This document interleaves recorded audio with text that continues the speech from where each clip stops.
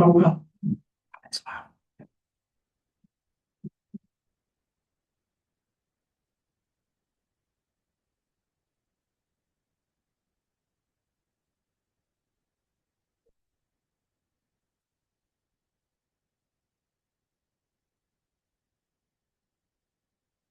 That was something.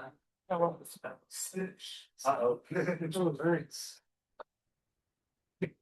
I want to cover yours again. Which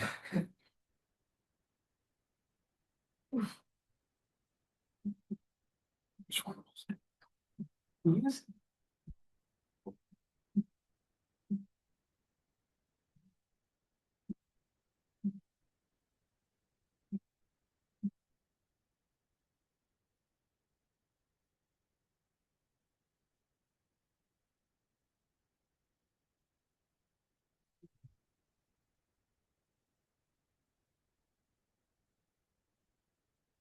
Oh, how do you? Oh, shit.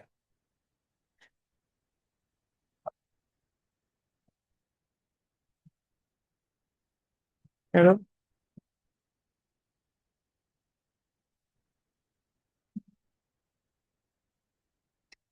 It's gonna be a problem.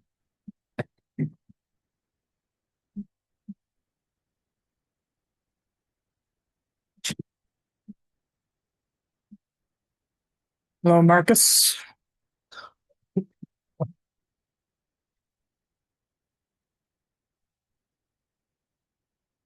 Marcus sounds. There's a little bit. Oh no, this might something.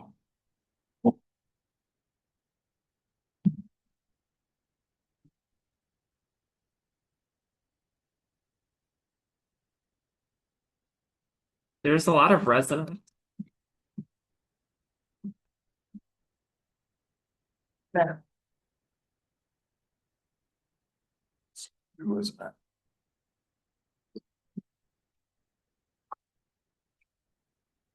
That's three. Help me remember this is three. Three. Huh? Yep. That sounds good. Do you want me to check the other microphones? Not. Huh? Not yet. Hey. It's two.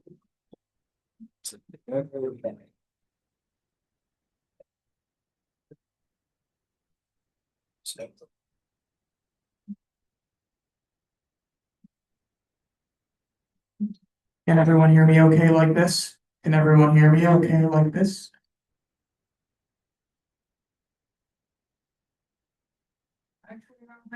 Turn it up a little bit more. You so insist. Turn it up all the way. It's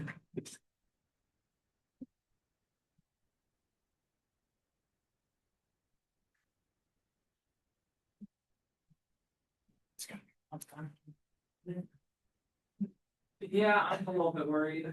About what? Sound? If and then yeah, it's 5 minutes before. Then again, show up relative. Earl, could you do me a favor talking to the mic right behind you? Make sure it's turned on. Hello. Talk constantly. Hello. Hello. Testing. Hello. Hello.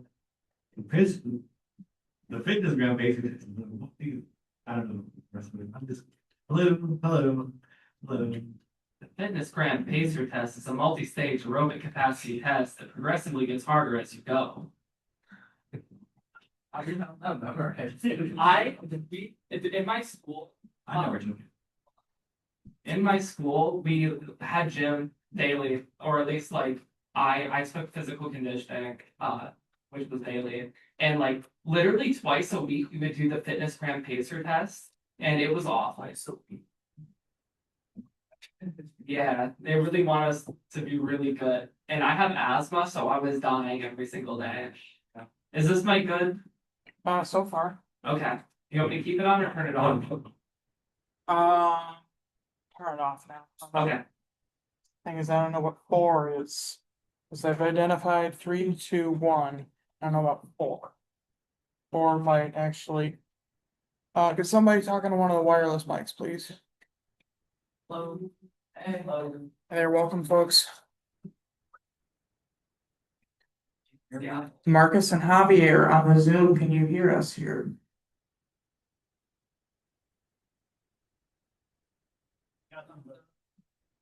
Okay, cool. Turn on that mic, please start talking. Hello. Hi, this is Matthew. I'm still the microphone. Okay, that's 4. It sounds a number 1 on. All of those feed into this box, which feeds into number 4 on this panel gathering.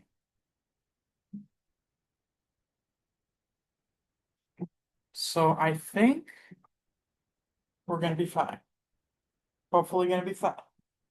If we're not fine, we'll cross that bridge when we get there. Hello, Asia, welcome to the meeting. Marion has entered the chat.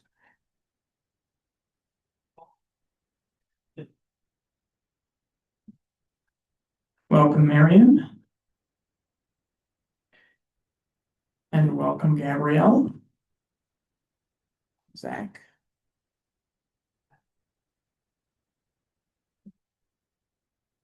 Folks, it's now a couple of minutes. It's now a couple of minutes before 5:30. Fuck. Yeah.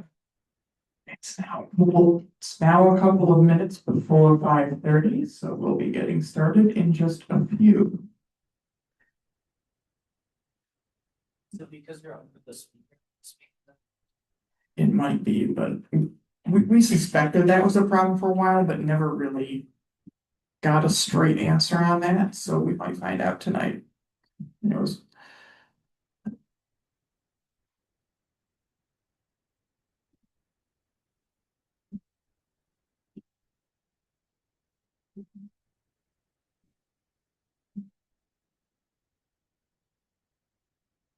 Is this here?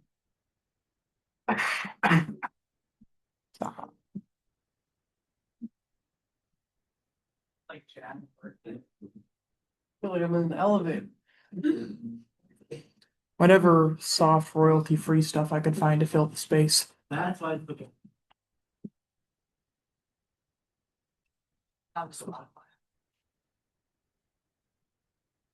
I think we still do, but if we play anything off that, we'll probably get copy striked on the recording. We don't make money on those things. Tell that to Google. Who cares? We posted on YouTube. Yes. All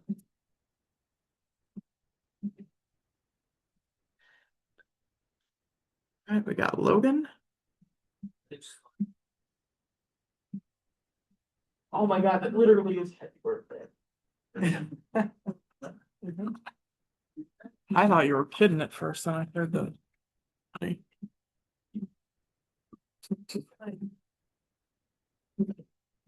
You're so bad.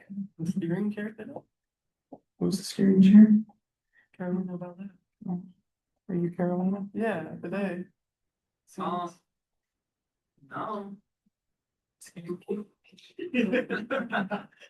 For the record, identity theft is more frowned upon in student commerce. I don't know, Moy was just the first synonym for very that came to mind. I feel awesome. Like, you said she got me a social security card. I was like, oh, you're gonna send me a picture, right? She's like, yeah. I was like, oh yeah. There's a sucker born every minute.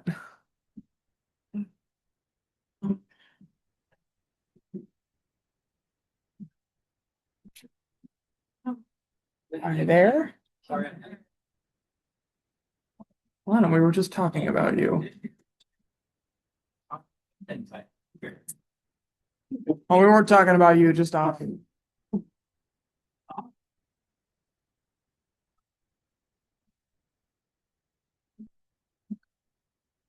Gavel works.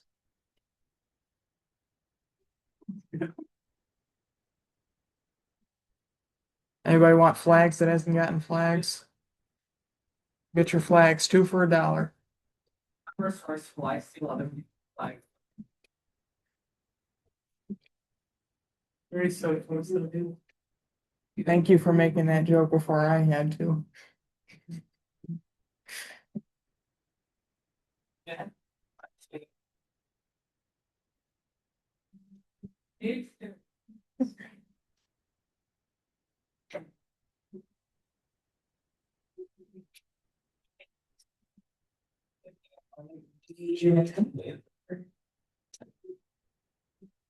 Let's get the freaking agenda. I don't know, yeah. Retailers.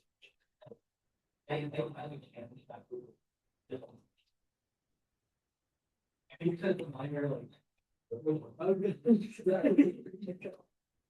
No, I think I need to read those two sets.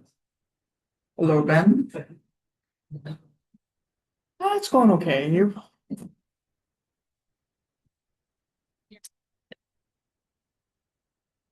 It's a close read for the data center. Thanks.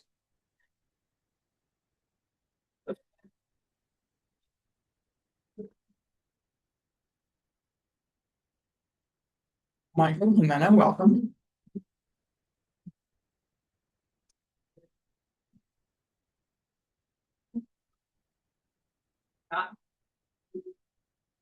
Yeah, my question. Yeah.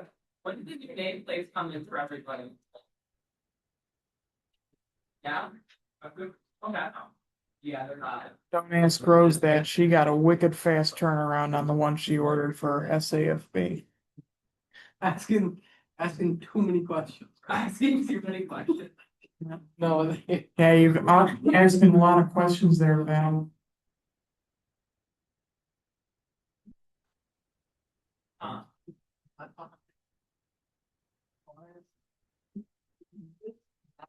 What do you need? Or you want you reading this the whole thing? If you want me to log into mine and I can just like open up your document, you can type in that.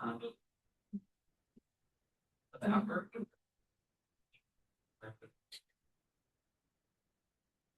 Yeah.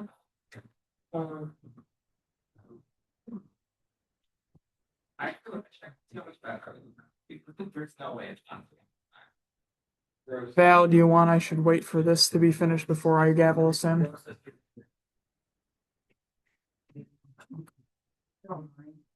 That's fine.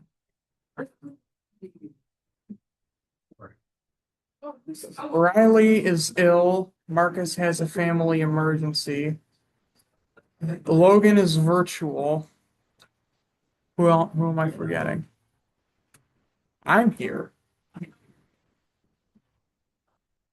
I'm not just. To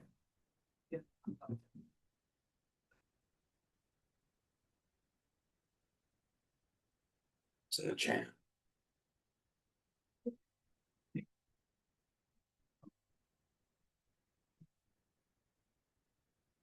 Marcus is stating for the record that he is here. Thank you, Mr. President. Very kind of you. President is here.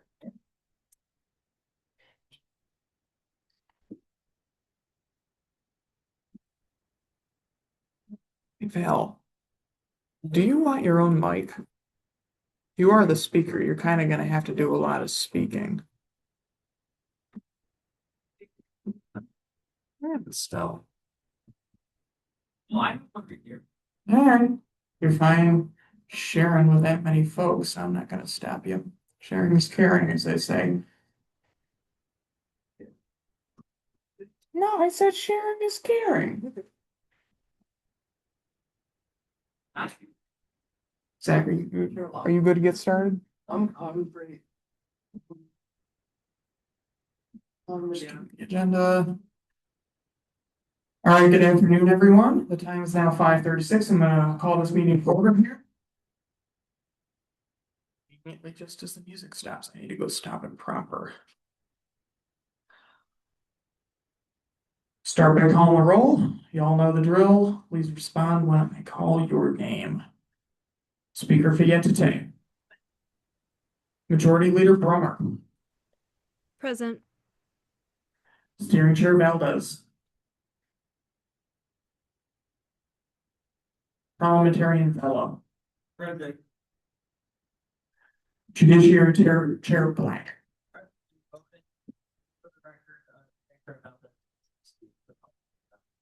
Thank you.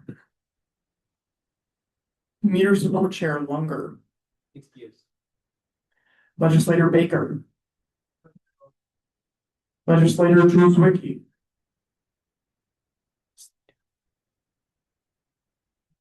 Legislator Avazai.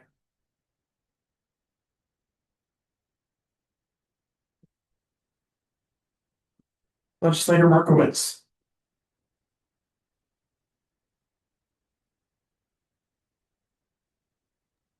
He said present in Okay, chat. Oh, okay. Get back to the Zoom here. Present, thank you. Legislator Martino. Legislator Mays. I present. I'm present. Oh, thank you. Legislator Masson.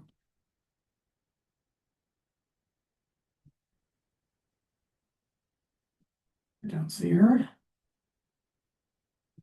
Legislator Oprah. Legislator Rosario. Present. Legislator Wesley. Legislator Wiegand.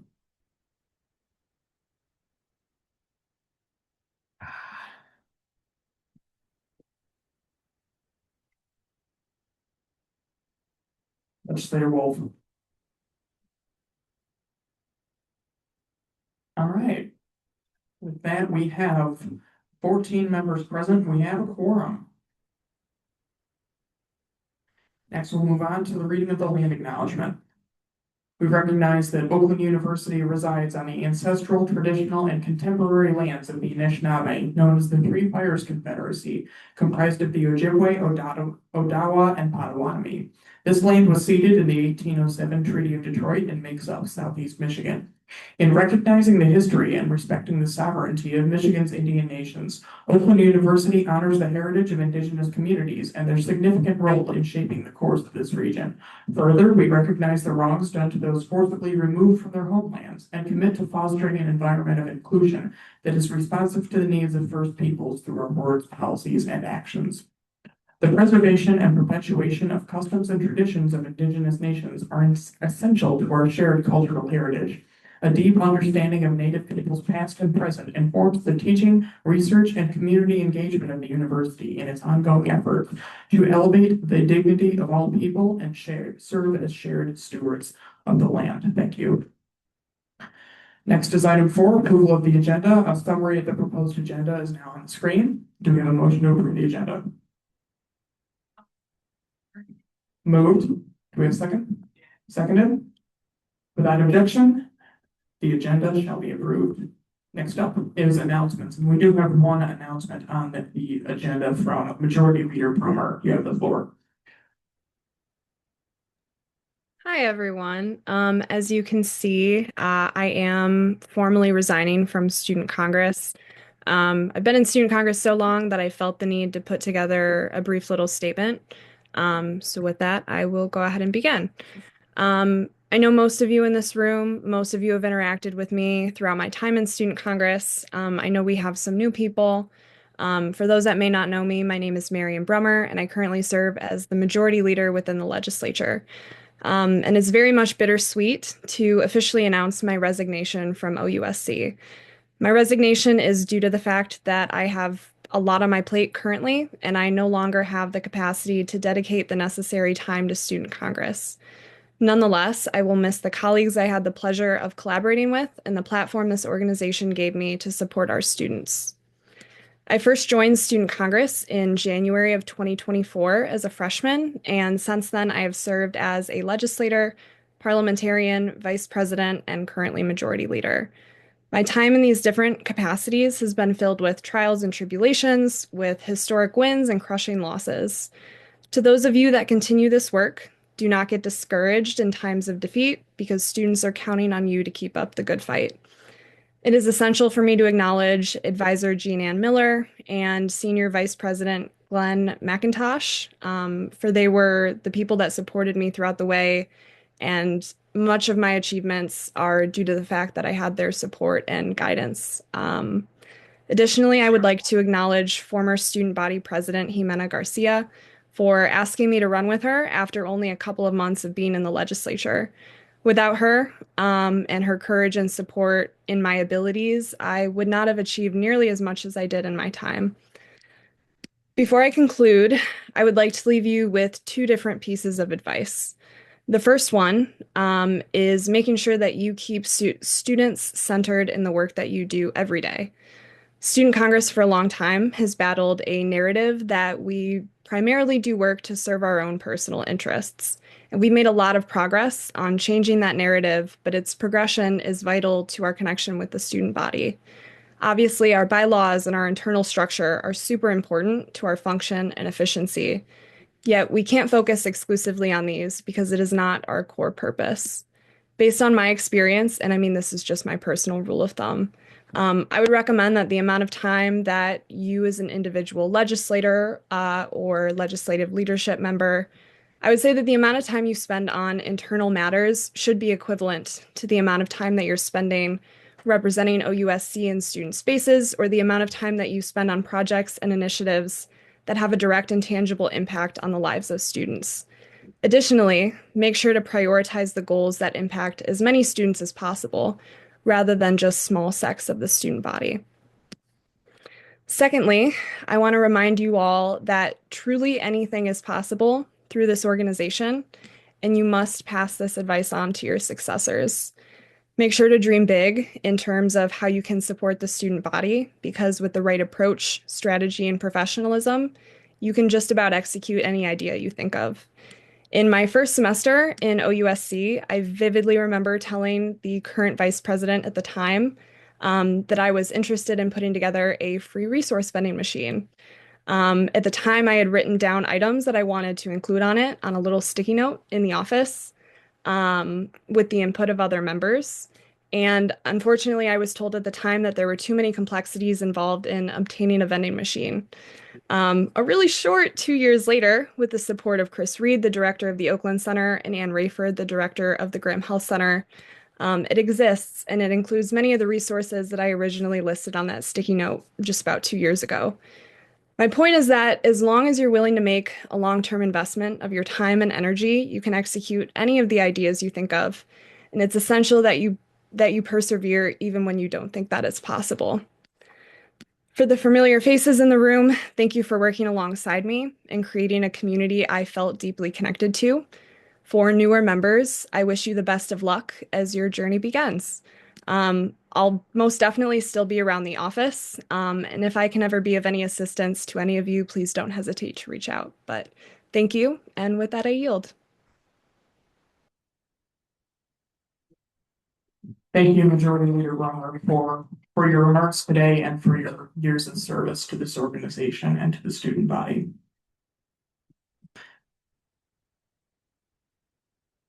Are there any other remarks on this announcement from the body? Seeing none, we'll now move on to new business. Beginning with the first reading of CB 6827 presented by Judiciary Chair Black. You have the floor.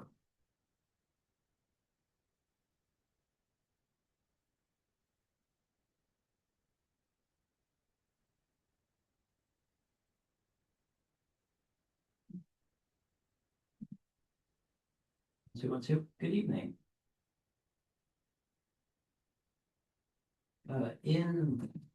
Because for some, the nature of this bill may come as a surprise, particularly if you're not especially familiar with Appendix 1. You may be wondering what the oath of office even is, and that confusion is a big part of why I am doing this or seeking to have this in writing in the first place. Because when I first joined the Judiciary Committee or was looking to be appointed to the Judiciary Committee, I was studying Appendix 1 and saw this oath of office referred to multiple times and got in touch with some of my colleagues who helped me look for it. I believe Director Van Patten, who's the co-sponsor on this bill, was among those who helped me dig through the archives in search of just a consistent, concrete oath of office. We couldn't find one. I finally took this to President Johnson, who you'll see is a supporter on the bill, who told me that to the best of his understanding, a tradition with the oath of office was that the sitting president would make one up or employ the one that had been made up by previous presidents. Now, if you're not familiar with Appendix 1, I will put on my judiciary hat and explain this a little bit. The oath of office is listed alongside university policy and the code of conduct and the bylaws themselves in terms of their significance for this body. The oath of office is something that, according to our bylaws, you can be impeached for violating. So this is not the sort of thing that you would want a president to be able to simply make up on the fly. You would want this concrete in writing and to have some weight and significance to it. And so to that end, I have collaborated with Legislator Wolf and received some substantial editorial help from Chair Lavelle and Director Van Patten and support from President Johnson in writing up an oath of office that we believe fulfills what is required of the bylaws while also having some of the ceremonial welcome to the legislature goodbye that you would expect from the office. And with that, I am happy to accept any questions or discussion, but I believe that's all I can say from my perspective as the sponsor. Thank you, Chair Black. Is there any discussion at this time or any questions? We'll start with Advisor Miller, followed by Legislator Wolf.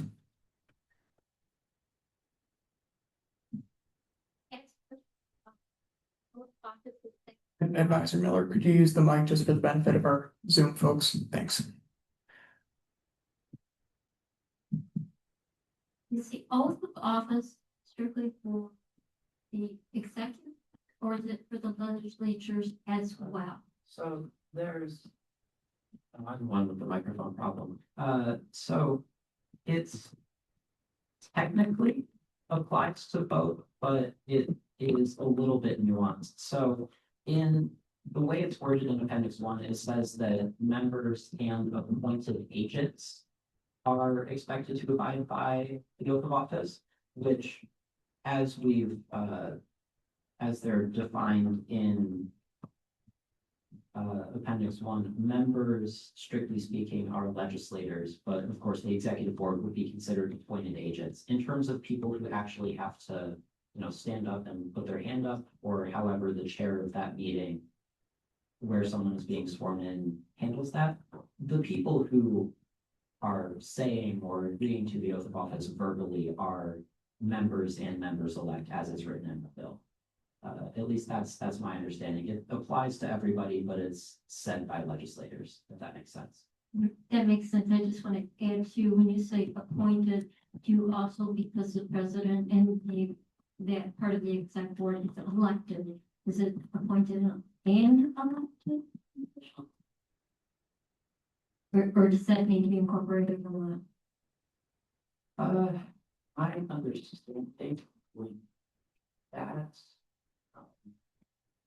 appointed agents should cover elected officials, but I could be wrong. I'm looking at Appendix 1 right now, and the first use of the phrase is in reference to, and this is in the compensation policy, quote, all other executive board members and appointed agents. So you could write that in as a friendly amendment that they just applies to the executive too, but we can workshop that between now and the second reading. Thank you. Legislator Wolf. Could we perhaps Oh, have, Legislator Markwood, sorry. could we perhaps have a reading of the oath? Judiciary Chair Black? Yes, in the interest of transparency, I will just run through it. In true high office fashion, it is the mother of all run-on sentences. I acknowledge that, and I believe spoken slowly, it does what it needs to do. With high esteem and affection for this academic institution and a strong sense of camaraderie with its students, staff, faculty, and alumni, I hereby swear to fulfill to the extent I am able the duties vested in me by my station within this body, to uphold and abide by the bylaws, constitution, and other relevant documents governing the work of this body, to commit myself and my work to those campaigns, initiatives, and resolutions upheld by this body, and to, in my words and actions, honor the powers and privileges entrusted to me by the student body of Oakland University. In making this oath and joining Oakland University Student Congress, I will strive to be an exemplary member of both this body and the community which it serves, exhibiting goodwill, prudence, and accountability. I certify my understanding that this oath binds me to professional obligations, which, should they be left unfulfilled, will so be at my penalty by the discretion of this body. As you can see, we've tried to strike the balance between this is what it says, this is what the bylaws say this thing needs to do, and this is what an oath of office looks like in terms of the pomp and circumstance of it. Anything else, Legislator Wolf? No. Thank you, Legislator Markowitz. So my only question, as someone who generally doesn't spend that much time sifting through the bylaws, is like, what is the point of having an oath of office? Because like I get the point, but like in my mind, like when reading this, with all due respect, like it just kind of sounds like platitude after platitude that people are going to mumble their way through. That like I think it's kind of hard to have like a concrete um statement that like is actually going to make a difference in how people act in Congress, unless there's like a contract that they're signing that says that they're going to do what they say they're going to do, or something like that. So I feel like at this point I don't really see the value, period, in having an oath of office, and I understand it's in the bylaws. But with that, I'll yield. I mean, it's not something I'm particularly passionate about, but it just seems like. Go ahead. President Johnson, followed by Legislator Wolf. Yeah, I wanted to offer a little personal context because, as Judiciary Chair Black mentioned, I supported this idea for a few reasons from my view. Firstly, so that we can put it in the bylaws what the oath of office is, because it's not actually written down anywhere, so nobody actually knows what the official wording of it is, say for some meeting minutes from a few years ago. Secondly, it is a standard we hold people to. When you swear an oath, it is in some ways, as Legislator Markowitz mentioned, a contract of sorts. You're affirming something you're going to do. And it is a professional standard we hold our members to. So I agree in the importance of having it written somewhere what that standard is, since, again, it's something we hold ourselves to, and we would expect students to hold us to. But I will yield the floor to Legislator Wolf. Legislator Wolf. Well, I would say, in response to your concerns, Legislator sorry, bad with names. My apologies. The bylaws reference an oath of office and dictate that an oath of office must take place. And it specifies that the oath of office, is binding in terms of judiciary action against members of this body. So there is simply a blank space within our bylaws where an oath of office should be. We are just codifying it and covering this blank spot that we unfortunately have missed out on. We kind of quite literally need this to be in our bylaws. We have had a lapse of of continuity and the completion within our bylaws. Are there any other points of discussion at this time? Seeing none in the room, are there any other folks on Zoom who want to speak? Again, seeing none, this is first reading, so we will not be taking a final vote. We'll now move on to our next item of business. Thank you, Judiciary Chair Black. That's only what we're here for.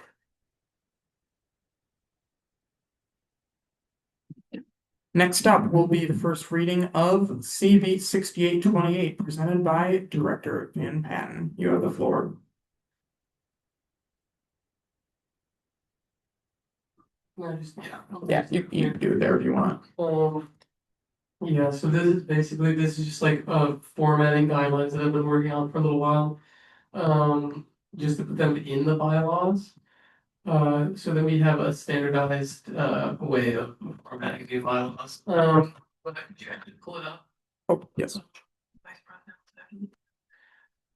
Um, Just tell me what you want to have on the screen. you could probably just go down to where I'm the actual one. So, Okay. yeah, so these amendments are basically just establishing the order in which things are gonna be like article, section headings and whatnot. The first ones there are just little language changes. Changing it from the font guidelines to the font formatting policies. And then if you could scroll down, the one thing that I think is just important to know is I'm adding to the Director of Internal Affairs responsibilities. The archiving of appendices, out of date appendices. So ensuring that we make copies of out of date appendices whenever they are edited. That way we can track what changes have been made over time and we don't lose them because I know you can go back to like older versions of the document in Google Docs, but those get lost over time. So having actual like archived versions is far better. Oh, and also it would be adding a requirement with every bill that amends the bylaws from now on. To include an edited copy of the bylaws attached to that bill. That way it makes it easier to archive those edits. But this is the first reading, so I'm open to any sort of suggestions and all that. Thank you, Director Van Patten. Are there any points of discussion from the body at this time? Seeing none, are there any on Zoom? I think we've only got a couple of folks on Zoom anyway, just Markowitz and Rosario. Looks like nothing there. No other points of discussion? All right, that'll be the end of this first reading. Thank you, Director Van Patten.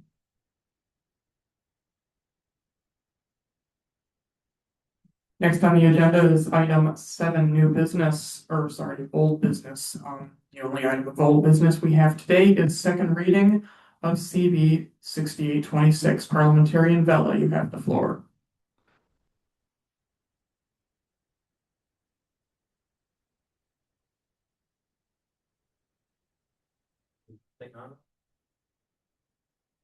Hello, all right, good evening. So this is essentially the same bill as we looked at last week, except there are some important changes. So, when we completely got rid of the non-members section, non-members would just fit into the gallery. I had some discussions with Autumn and Val for making edits to those, and that was one of the edits that we decided on. Because it kind of just muddied things in the bill that was meant to make things more clear. So another edit is if we go all the way down to the section D for guest speakers. One of the changes was that guest speakers would be sponsored by a member of the body. And we already kind of do this in practice. Somebody brings in a guest speaker, they present them to us. So this would just codify that. Let me check the messages real quick and see what other changes were made.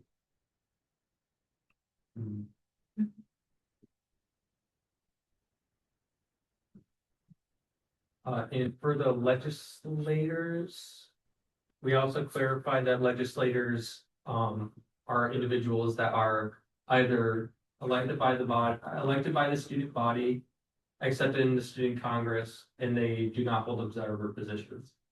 So we clarified that they're not observers and they can also be elected.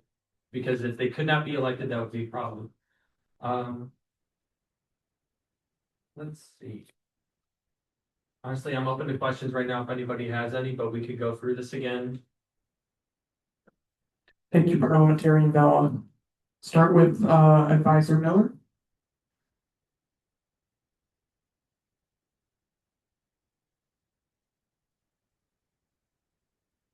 the information about advisors. It says advisors are interviewed by the speaker, president, vice president, and judicial chair for nomination. The nomination must be approved by the legislator. For advisors, particularly from the Office for Student Involvement, this is our job responsibility. It's not a matter of being interviewed. They're appointed by the OSI.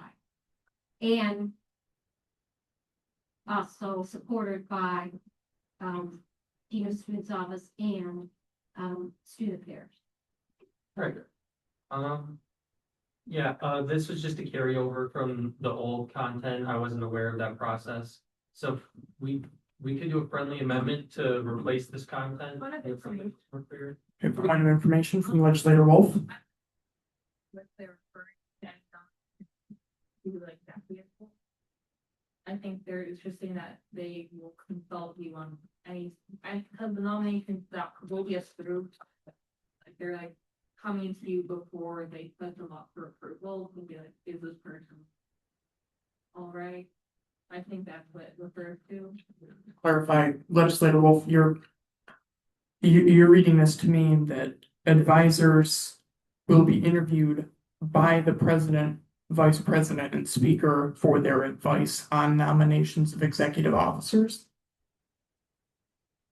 Now that it's closely, I don't believe that's what the document is saying. I just sort of thought that I was misunderstanding. I know in general, like this, I was just conflating something unrelated. I just know that the advisory usually consult if someone goes up for a nomination. So I thought that maybe that we're being confused, but never mind.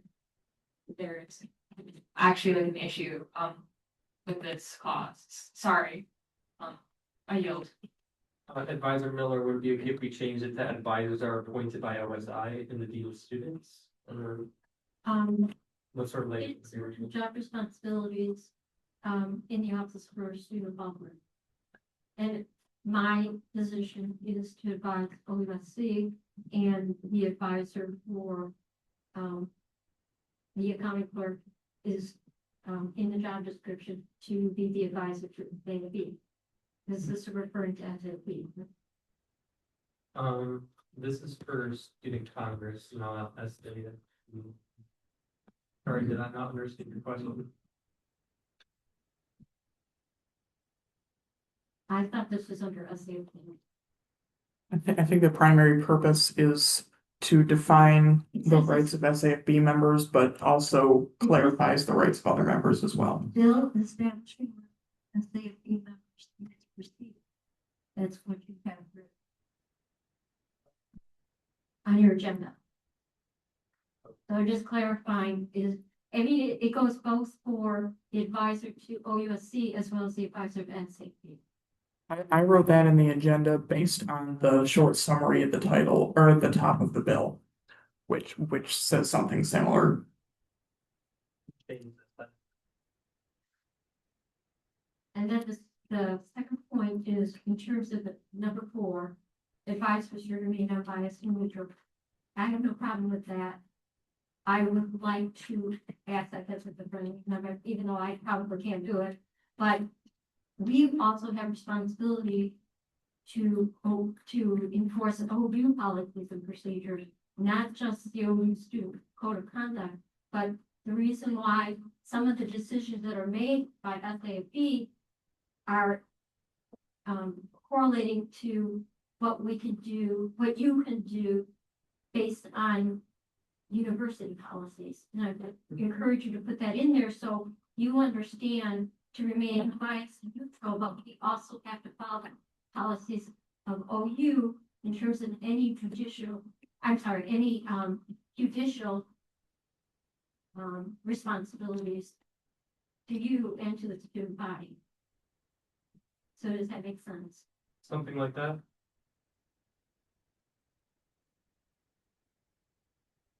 Well, I think it should be Open University Congress bylaws, Constitution, Open University policies and procedures, and Open University Student Code of Conduct. That's what I would write on. So sometimes people wonder, why are we making these decisions? And why is there sometimes denials or sometimes questions in terms of what's been presented? And it isn't based solely on, if we're just saying no, it's because there's policy and procedures at the university that we have to follow, meaning you have to follow as well. It's just that point of clarification. Is this the wording that you like better? Because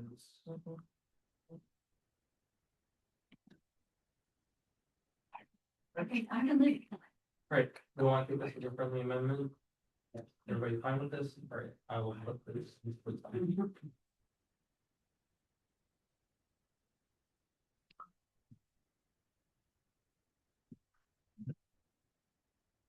Um, is this exchange taken care of? Not quite yet. So for the advisors are interviewed by the speaker, president, vice president, or district chair. Would you like this to change to advisors are appointed by OSI? Does that capture how the process works? Parliamentarian ballot, if I might make a suggestion, if we're talking about how advisors are chosen, that might be better for the first bullet point, and then the second could be reworded to better express how advisors are meant to advise on executive appointments. I can't make a friendly amendment. I'm just throwing that out there as a suggestion. And I would say to you, that first line does define that as a Catholic staff that is fine. And so the second one is just that there's not an interview process. Oh. So maybe you just, I don't know, you want to eliminate that or not, but. We the can first- erase it. define- I mean, the first statement defines it. Yeah, this could be eliminated entirely if we wanted. I motion friendly amendment to delete section 2. I second that motion, that's why I had my hand up, so. It struck. Alright, folks. Being confident talking like that. I'm trying to be nice to Zach here. I'm gonna get this timer going because it occurred to me that I didn't yet. Okay. Now also change that content up top below clearly delineating the rights of OUSC and NSA. For those watching at home, I apologize that the mistake was made in the agenda summary.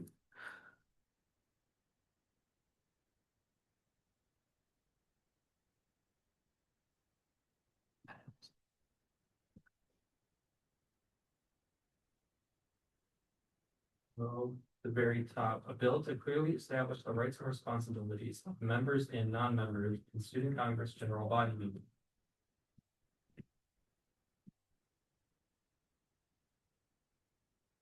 Does that sound okay? If we go all the way up to the top. Okay. A bill to clearly establish the rights and responsibilities of members and non-members of the student congress general body meeting. As a point of order to the parliamentarian, in your capacity as parliamentarian, does that require a friendly amendment to be made? Just because it's part of the bill, I would think it would, but Okay. we take this friendly amendment. Yeah. Actually. Making sure we're by the book. Quickly, we've got a comment in the chat from President Johnson. He says, I believe our bylaws or constitution state that the advisor to OUSC is the president of the university or their designee, which I've taken to mean that said individual is the senior director of the OSI. I see the senior director of the OSI shaking her head in the back. Do you have anything to add, Advisor Miller?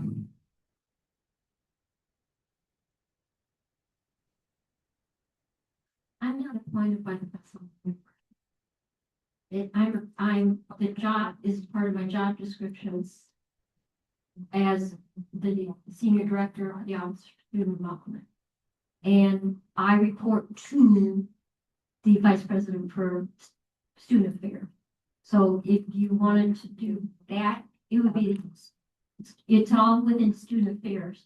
And that is my job description as part of what I do as if that makes sense, it doesn't come down from the top.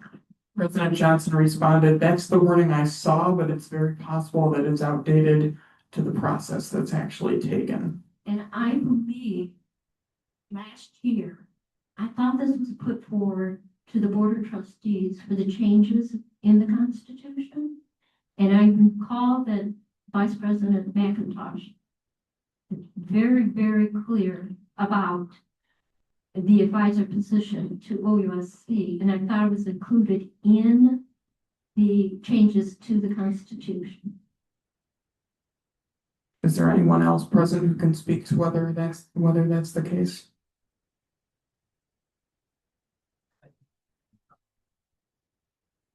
Thank you, Chair Black. Next up, can I move on to the next speaker? Legislator Wall. Would we want? If Mary Brunner is perhaps still in the call, perhaps could we like consult her on this? If, it looks like that she's left. Do you want me to text her? Because maybe like after the meeting, she can help us out, figuring this out. I yelled. Speaker Villette. I was just gonna say, as a point of information, because it is to do with our constitution, it is up to the interpretation of the judiciary chair. The process for who is the advisor at WSC? Judiciary Chair Black. Having just opened so first and foremost, I should clarify that the only version of the Constitution, or the most recent version of the Constitution, that I have access to through our Google Drive is one approved in 2023. So this wording, in all likelihood, I trust Advisor Miller that the wording has changed, but in that version, the description of advisors is identical to the way it's presented in Appendix 1 of our bylaws. But with that being said, if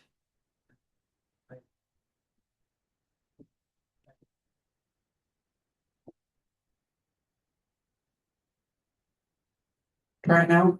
hello, okay. Advisor Miller makes a good point that, of course, this is part of her job, and as such, I'm so sorry. I'm scared to say anything. Okay,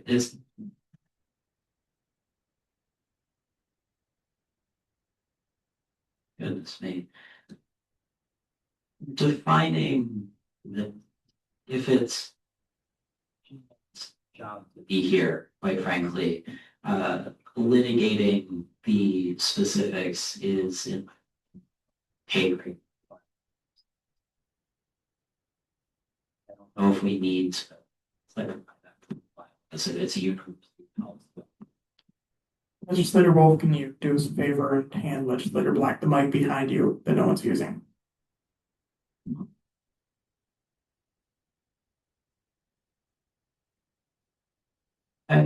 Yes.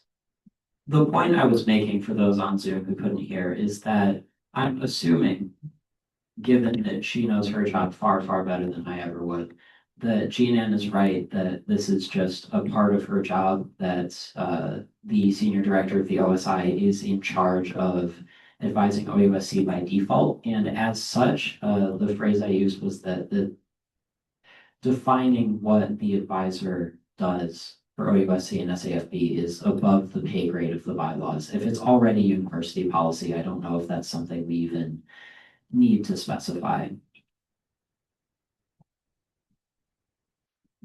Okay, are there any other points of discussion? Advisor Miller.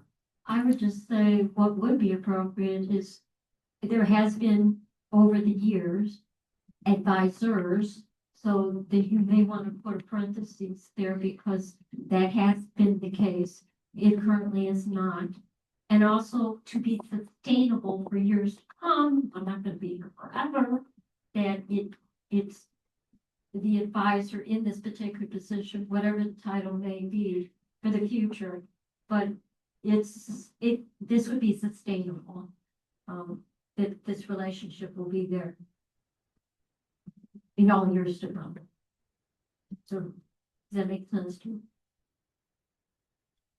Are you asking that we clarify in the bill, in writing, that the senior director of the Office of Student Involvement shall be?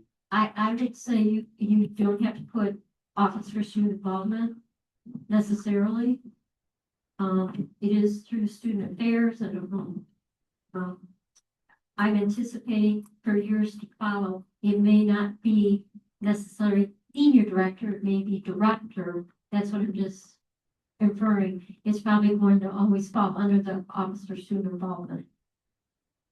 But it could be more than one advisor too, because Jesse Hurst was an advisor for a couple of years and he no longer is the advisor. So just trying to make it as sustainable for you for the future, so you don't have to keep changing the policy along the way, or the bylaws along the way. Parliamentary umbrella, I'm going to offer a suggestion, not a motion, but I'm just going to put this forward as a proposition for the body, that we table this bill for one more week, just so that we can get the specifics of this down. Because it does seem like something that's gonna take some time and effort to work exactly right. I see no problem with that, but we can keep talking, going through right now, and then at the end, we can table it for next. We got 5 more minutes of discussion time. Legislator Wolf.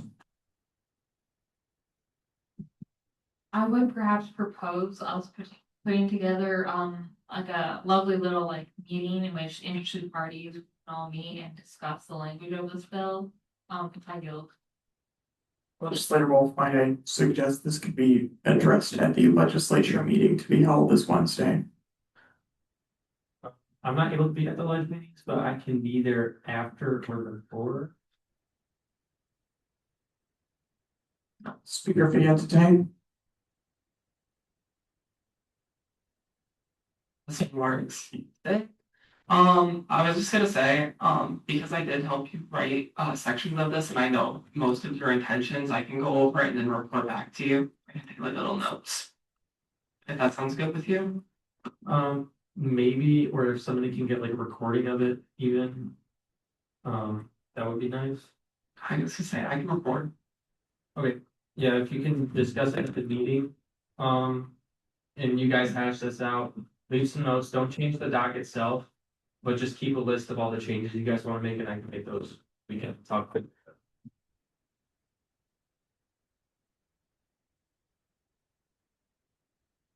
Legislator Wolf.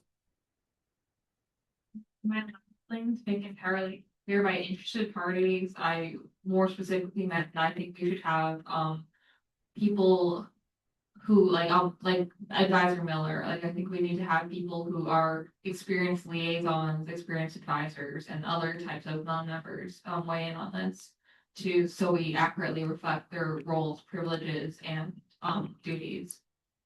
I yield. I would think I think all we would really need would be Lynn, Advisor Miller, probably Val, myself ideally, but if we can, Val would stand in for me. Okay. There's a suggestion for a motion. Does anyone want to? I would like to motion to table this bill. Moved by legislator Markowitz.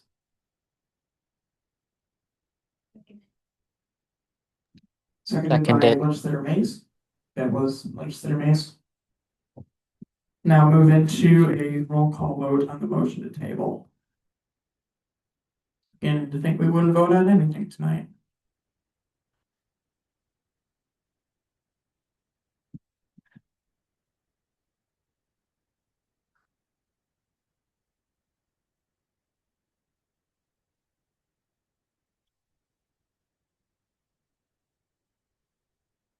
All right, you know the drill, folks. Fayette to Tag. Yeah. Blackham. Yeah. Baker. Yeah. Wolf. Point of information, it cut out on the Zoom. What are we voting on? We're voting on your motion to table this bill. Thank you.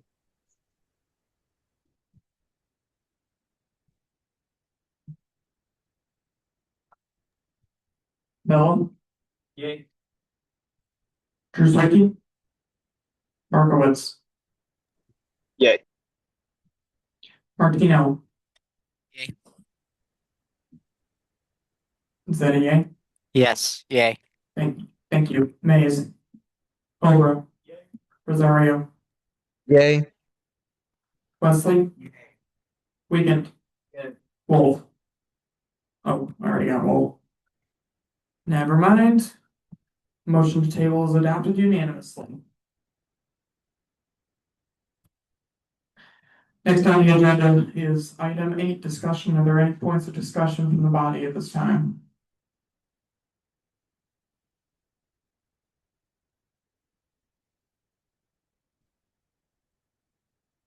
Seeing none, we'll now move on to legislative updates. Speaker Fiat, you've got the floor for the speaker's report. Oh, I'm sorry. Legislator Markowitz, do you have a point of discussion?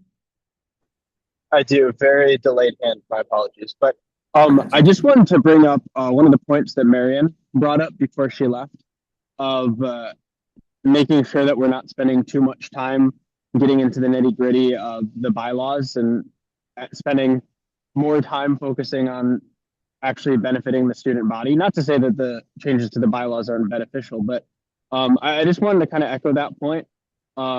Since we haven't seen like a bill or resolution in a while for like an event or something exciting outside of the budget itself. And I would definitely encourage that, and I'm more than happy to help if there's people that are newer to Student Congress and don't really know how to get started with events or larger initiatives. I'm happy to mentor in that way. But even though we have a smaller body right now, that's going to be changing shortly, and I would just like to see us still be making changes. With that, I yield. Thank you, Legislator Markowitz. Are there any other points of discussion at this time? Seeing none, let's try this again. Speaker's report. Speaker Fiat, you have the floor. Yeah, so I'm gonna keep it short because I'm really tired. I haven't slept in a couple nights. So essentially this last week I worked a lot. I know with Markowitz helping me, we have now 15 new prospective legislators that are hoping to join state Congress. Obviously, that's still to be determined whether they meet with me and a bunch of other factors that include the process are included in the process of becoming a legislator. So hopefully we'll have a lot of new perspectives and a larger workforce to expand the influence of OUSC.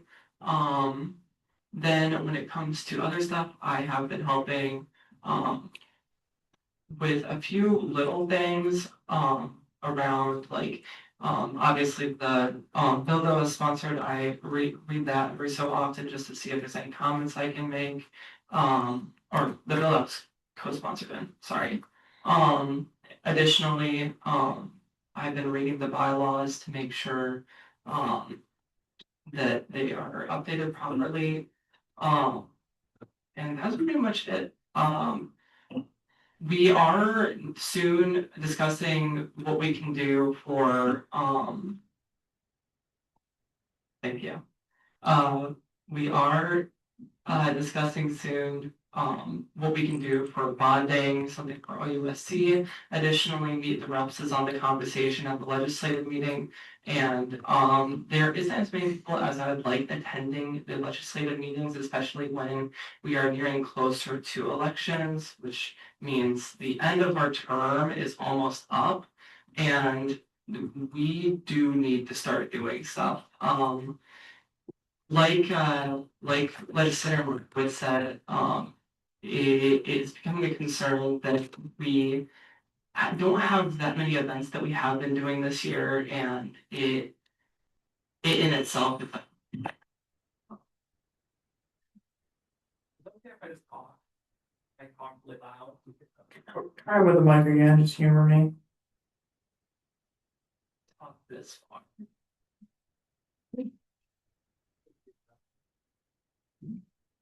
Okay. Can everyone hear me? Okay. Can Zoom hear the speaker okay? Markowitz, Rosario, Yes, we can. Johnson. Thank you. now I can actually like talk about concentrating some of the voice because I was concerned that was going to happen. So, yeah, the fact that we as student Congress have not put forth very much legislation that benefits the student body, which kind of really upsets me because my thought going into student Congress was that we would be able to have a large impact on students. And I mean, I can at least say one of the things that we have done is like continued the menstrual product initiative, which I think is wonderful. I know it helps so many students. However, there is definitely more that we can be doing, as I know not every legislator works on the menstrual product initiatives. Like legislator Markowitz said, if you have initiative ideas, if you want to do tabling, if you have larger event ideas, please come speak to me because we do need them as a legislature. It's not enough that we are just passing stuff that is very internal. Our effects are supposed to be external and benefit the student body, and that can't just be through one initiative, it has to be through more. So if you have ideas on what we can do, or if there's something that you would like to pursue, and I can try to get you some legislators who agree with that and are willing to help out, or if you want to reach out to them, that is also fine, but there is more stuff that we can do before the year end. And with that, I yield.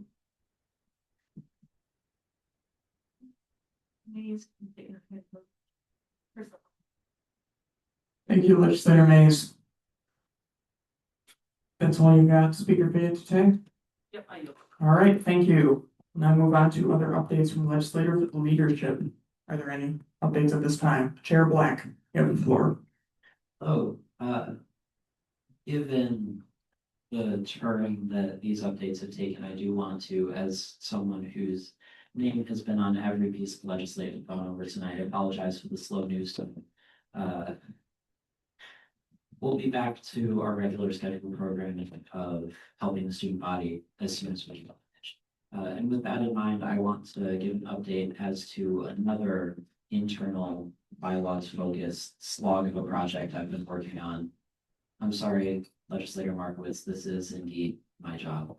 I've been collaborating with Speaker and former Judiciary Chair Van Tate, as I clarified at the last general body meeting, in writing a bill to try and curtail some of the massive loopholes in the authority of the Judiciary Chair as enumerated by Appendix 1. It scares both of us, frankly, and we are trying to establish requirements for how the Judiciary Chair conducts themselves in hearings and meetings of the Judiciary Committee, which was something that Speaker Fayette came up with to add to the bill, and I support wholeheartedly.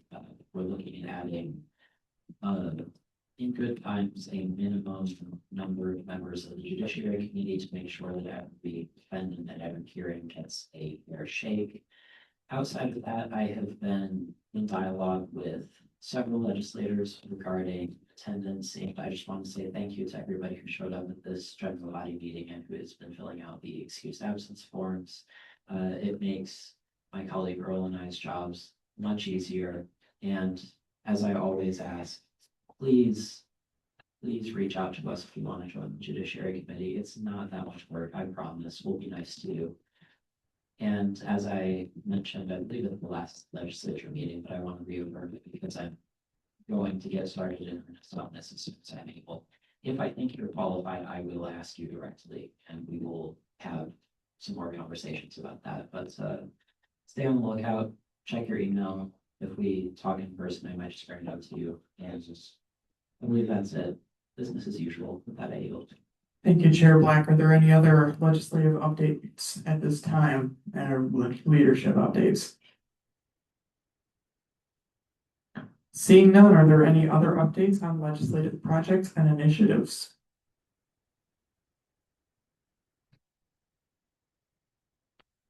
Legislator Markowitz, sorry, I didn't see you there.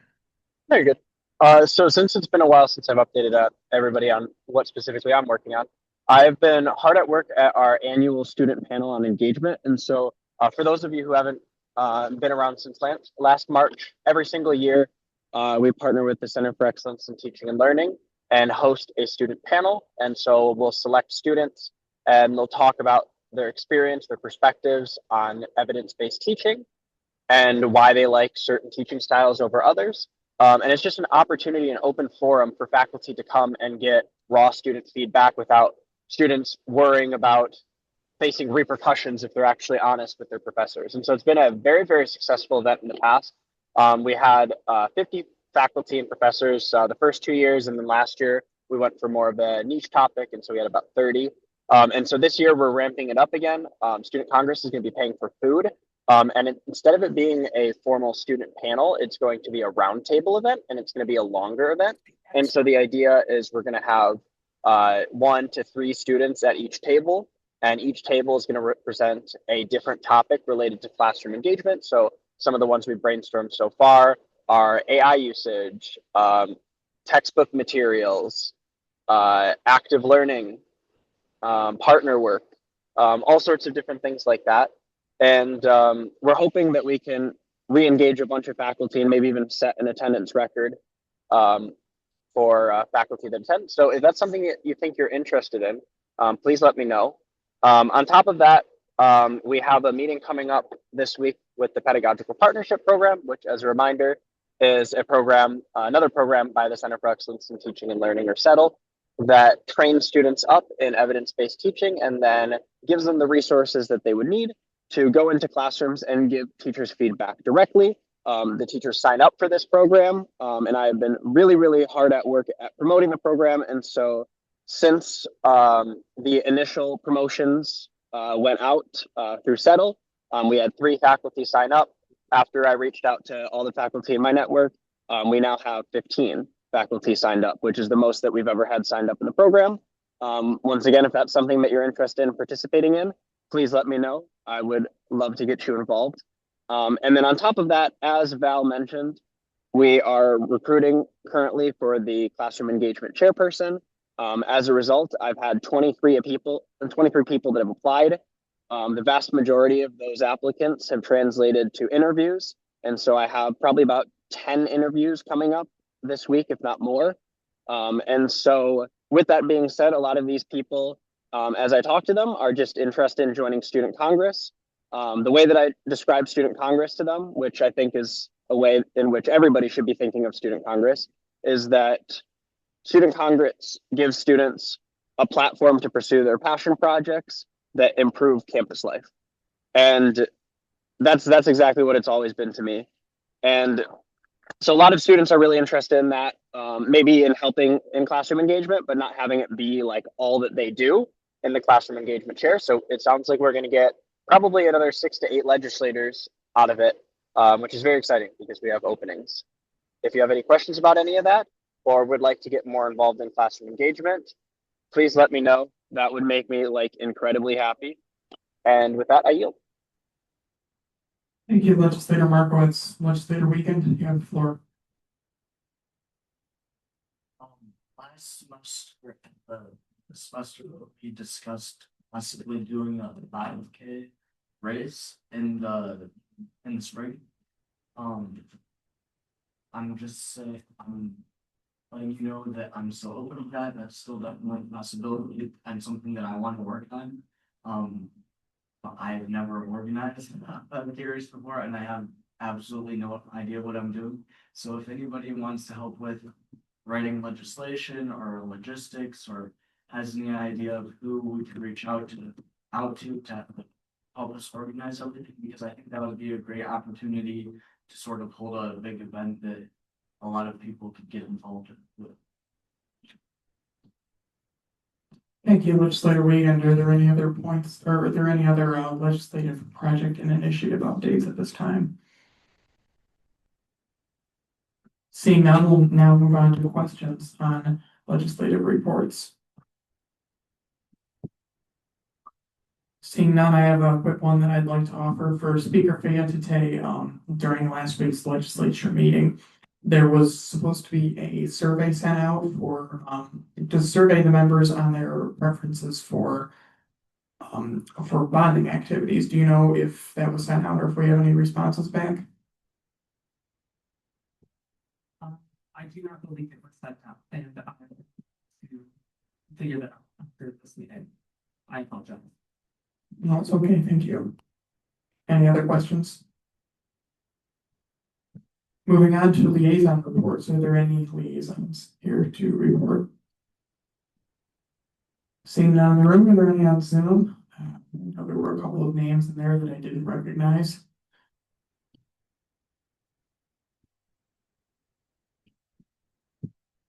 Again, seeing none, we'll now move on to item 10, executive reports. President Johnson, take it away. Hello, everyone. I appreciate you indulging me this evening. I would have liked to have been there in person, but I got a call that my 103-year-old great grandma had a heart attack this morning. So I think you can imagine why I've been a bit of away today. She's fine. Don't worry. I almost had a heart attack hearing about it, but she's okay. Um, on my end, just a few things that I've had going on. Vice President Lasecki and I met with the provost on Friday, which was nice. It's always a great chance to chat with her. We were talking about midterm grades and a lot of things going on with that. I got an email actually this morning from President Peskovitz, of all people, about let me open it up because it was very interesting. There's a competition that the university is putting on called here it is, Spirit of Place Public Arts Competition. And I guess the university is sending out like a nationwide search for someone to put together some piece of artwork or installation to be housed at Oakland University that represents who we are and who we want to be, and inclusion and belonging on campus. And the committee that is moving forward with this is looking for a student who will want to offer input and whatnot on that. So if that is something you're interested in, let me know. I didn't want to snipe that away from anybody, but they emailed me and they're interested in having a student there. So if you want to do that, let me know. Another item to remind you all of is Senate committees. We do have quite a few of those that have some vacancies. So if you want to have a great chance to, talk with the senators about policy and how things work at the university, please feel free to join one of those because those are very important spaces for students to sit, and it's very important that we show up to those when we can. Um, I feel like I'm forgetting something that I'm sure VP Lasecki will cover if I've missed it. But with that, I will yield the floor. Thank you, Mr. President. Next up will be my vice president's report, which I'll try and keep pretty short. Over the past week, I had the opportunity to take part in a short meeting with the provost. Shortened because of class schedules, but we did have some pretty robust conversations about midterm grade policies and the proposal to institute reduced credit degrees. It was good getting to catch up with her and build a strong working relationship with the Office of the Executive Vice President for Academic Affairs Provost. Took part in legislature meeting last week. I was happy to facilitate some discussions about legislator bonding. Those are really the big highlights of what I've done in the last week. Most of it was just some behind the scenes sort of office work, getting payroll sheets put together, just that sort of boring stuff that I don't want to bother you all with. Moving on to executive board reports, I have a quick one to offer on behalf of the elections chair, Zero. He recently got in his work referral from student employment, so he will be beginning office work with Student Congress in the coming days, and is currently working on a draft schedule for the elections process, which hopefully should be able to be discussed at next week's GBM. That's all I've got from him. Do we have any other executive reports from the other executive officer in the room? It's okay if you don't. Um.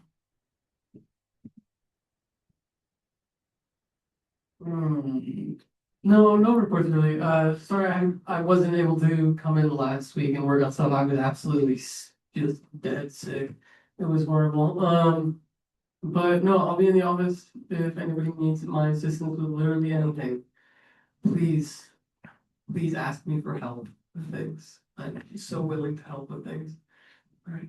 Thank you, Director Van Kuyten. Glad you're feeling better.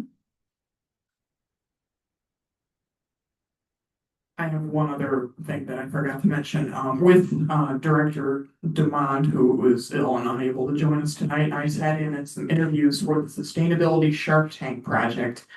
Um, the final culmination of that, I believe, is supposed to happen Thursday after this coming Thursday. And there were some really promising projects to improve the sustainability of campus operations that I'm really excited to see what comes out of that process. So yeah, that's all I've got. Are there any questions at this time for executive board reports? Seeing none. Are there any on Zoom? Our advisor looks very eager to give her report, so take it away, Advisor Miller. Thank you.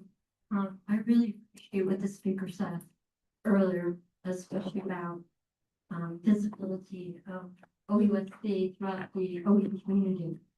So one thing I want to offer as you had that discussion is visibility of you at various events on campus.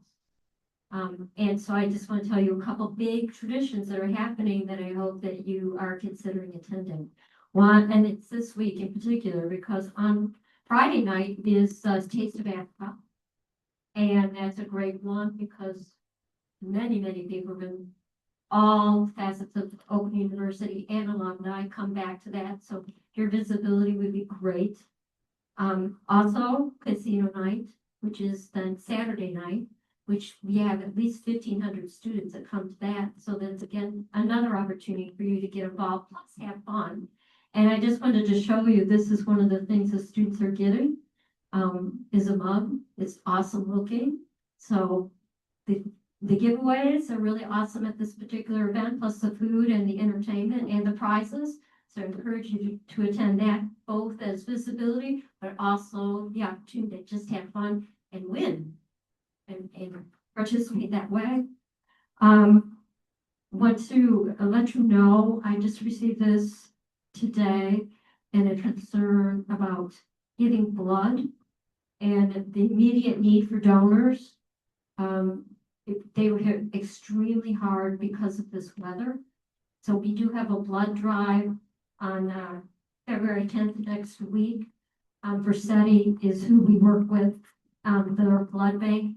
They provide blood to the hospitals in southeastern Michigan. So if you are healthy, and I know that's kind of tough right now with the flu and colds going around, but if you can consider giving blood on that day. And I also like to say a reminder to all of you, OUD at the Capitol, particularly what your roles are representing the student body here. If you are able to attend, that's March 26th. It is an all-day obligation, but you learn much and your voice definitely is heard by Lansing. And so here's an opportunity to make your voice heard on behalf of our students. And the other thing I would like to encourage you to think about, because OUSC has been at the forefront of this for years, is voter registration. It is critical because not just critical for November coming up, it's critical for the primaries coming up and other things. And so I would encourage you, in one area that you're looking about making a difference, is get the word out to vote. Make sure you register to vote. How can you vote? And hopefully that none of our rights are going to be taken away to vote. So, those are just a couple of examples of things you can do. In the meantime, besides having the discussions of the annual events that OUSC is known for, it's just that visibility of you out there with your peers. And I think that will make a difference in encouraging people to continue to be involved here, not just as a legislator, but maybe just as a member of the different committees that you may have. So just a couple of observations. I hope they're helpful, and I appreciate all of you sticking it through and making a difference right now, voicing your opinions, and trying extremely hard to represent this student body to the rest of the OU community and the administrators. And believe me, you are noticed by the administration. Thank you.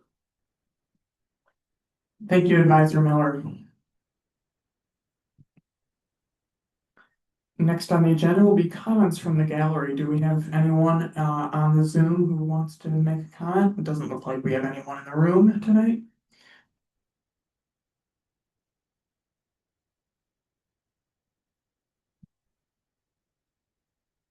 Seeing none. Oh, sorry. Are there any announcements from the body for the good of the whole? Again, seeing none. I'll entertain a motion to adjourn. Moved by legislator Wolf. Seconded by Chair Black. All in favor? Any opposed? We're adjourned, folks. Have a good night. Almost got it done now. Oh, sorry. Adjourned at 6:49 PM. Sorry, Director. Hour and 13 minutes, nothing to sneeze at, though. Hey,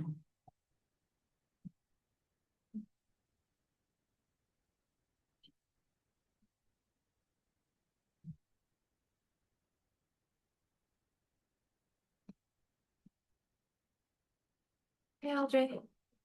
Now that you're playing VP, I was wondering if perhaps if like it could like might help you all the vending machine materials and like free giveaways like the condoms and Plan B and all that I know that a lot of that stuff we got through like either free or discounted, I think through like nonprofit or like local organizations. I was wondering if we could like start making like because once things run out, it's like the turnaround time again. Yeah, like this is I see things in so many words, but basically it boils down to like we should work on getting more of that, and I think you are the